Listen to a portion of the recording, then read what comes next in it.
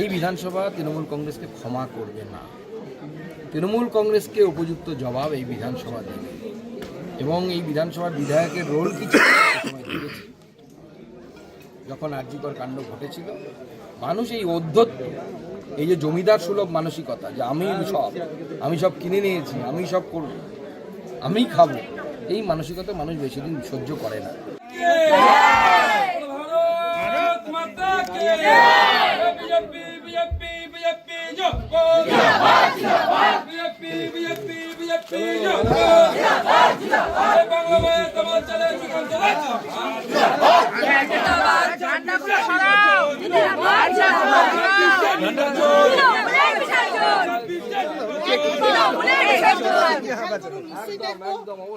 সবাই যখন এখন বলছেন তখনও যদি কাজে বলেন আমাদের একদম আর বদল দরকার সবার।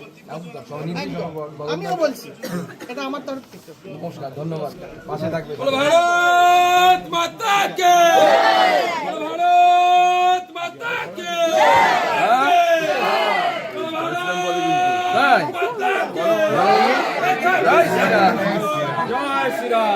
আপনি বাড়ির প্রধান, সেটা আপনাকে দিয়ে গেলাম। মোদিজির একটা ছোট্ট, মোদিজির তরফ থেকে আমরা এসছি, মোদিজিকে একটু আশীর্বাদ করতে হবে 26-এ, ঠিক আছে? হ্যাঁ, তুই চিনিস? তুই এই লোকটাকে চিনিস? এই লোকটাকে, এই দাদুটাকে? কে, কি নাম? বলো। জয় শ্রীরাম। জয় শ্রীরাম, এটা জয় শ্রীরাম দাদু? হ্যাঁ, তোর নাম কি? নির্বাচনের উপলক্ষে, ঠিক আছে, এবং আমরা মোদিজির নেতৃত্বে অন্যান্য জায়গায় যেরকম ডেভেলপমেন্ট হয়েছে, যেমন ধরুন টাটা এখান থেকে গুজরাটে চলে গেছে, সেই সমস্ত কোম্পানিগুলোকে আবার যাতে আমরা ফিরিয়ে আনতে পারি এবং আমাদের বেকার যুবক যুবতী শিক্ষিত তাদের হাতে যেন কর্মসংস্থান তুলে দিতে পারি, সেই জন্য আপনাদের আশীর্বাদ দরকার। আপনারা আশীর্বাদ করবেন এই পাশে। আচ্ছা আচ্ছা, পরিচয় আছে ওর? বাহ, খুব ভালো, বাহ, খুব ভালো, আশীর্বাদ। আচ্ছা, সাথে থাকবেন। চলো, কোন বাড়ি? এখানে নেই মনে হয়। ভালো আছেন তো? মাথা ঢুকানো। আমার নাম সুকান্ত, আপনাদের আশীর্বাদ কেন্দ্রীয় মন্ত্রী। সবাইকে আপনি বলতে হবে প্রথম। আপনারা আশীর্বাদ করবেন আর আপনাদের এইটা একটু লাগিয়ে দিলাম। এখানে মোদিজির ছবি আছে, একটু দেখি, একটু সবাইকে বোঝাতে হবে। আপনি তো বুঝবেন যে শিল্প চলে যাচ্ছে, কিন্তু 6000 কারখানা বন্ধ হয়ে গেছে।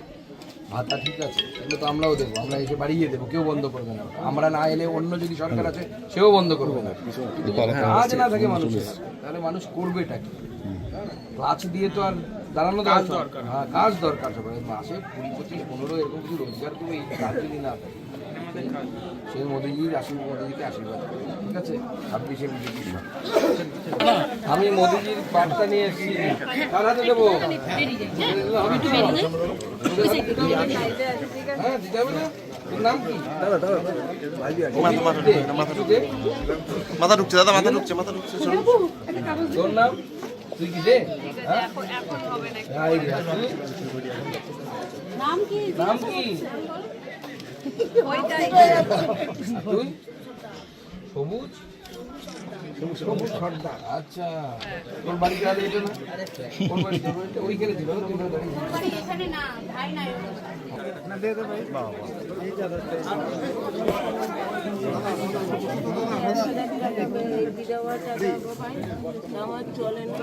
তো আপনার তো কিছু নেতাও দেয়নি কেন? একটু মোবাইলটা একটু পেছনে।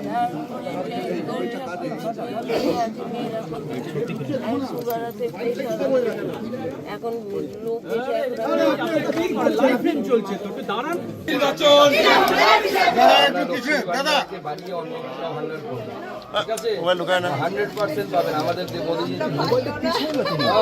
যারা পায় তাদেরকে বলবেন আপনারা। আচ্ছা, আপনাদের আমরা এলে আমরা দেবো, কোনো অসুবিধা লাগিয়ে দিলাম। এইখানে সকল স্তরের নেতৃত্বকে নিয়ে আমরা মানুষের বাড়ি বাড়ি গেলাম। মানুষের কাছে যেভাবে আমরা ওয়েলকাম পেয়েছি, আমি অত্যন্ত অভিভূত এবং আমি মনে করছি মানে আমার যে রাজনৈতিক অভিজ্ঞতা সেই অভিজ্ঞতাতে মনে করছি যে এই বিধানসভা অনেক কষ্ট সয়েছে, অনেক কিছু দেখেছে, ঘরের মেয়ের সাথে অনেক কিছু হতে দেখেছে। এই বিধানসভা তৃণমূল কংগ্রেসকে ক্ষমা করবে না। তৃণমূল কংগ্রেসকে উপযুক্ত জবাব এই বিধানসভা দেবে এবং এই বিধানসভার বিধায়কের রোল কি ছিল সে সময় দেখেছি। যখন আরজিকর কাণ্ড ঘটেছিল মানুষ এই অধ্যত্ব, এই যে জমিদার সুলভ মানসিকতা যে আমি সব কিনে নিয়েছি, আমি সব করব, আমি খাবো, এই মানসিকতা মানুষ বেশি দিন সহ্য করে না। মানুষ কিছুদিন মুখ বুজে সহ্য করে, তারপর মানুষ বিদ্রোহ করে। সেই বিদ্রোহের ফল এবার আপনারা গণতান্ত্রিক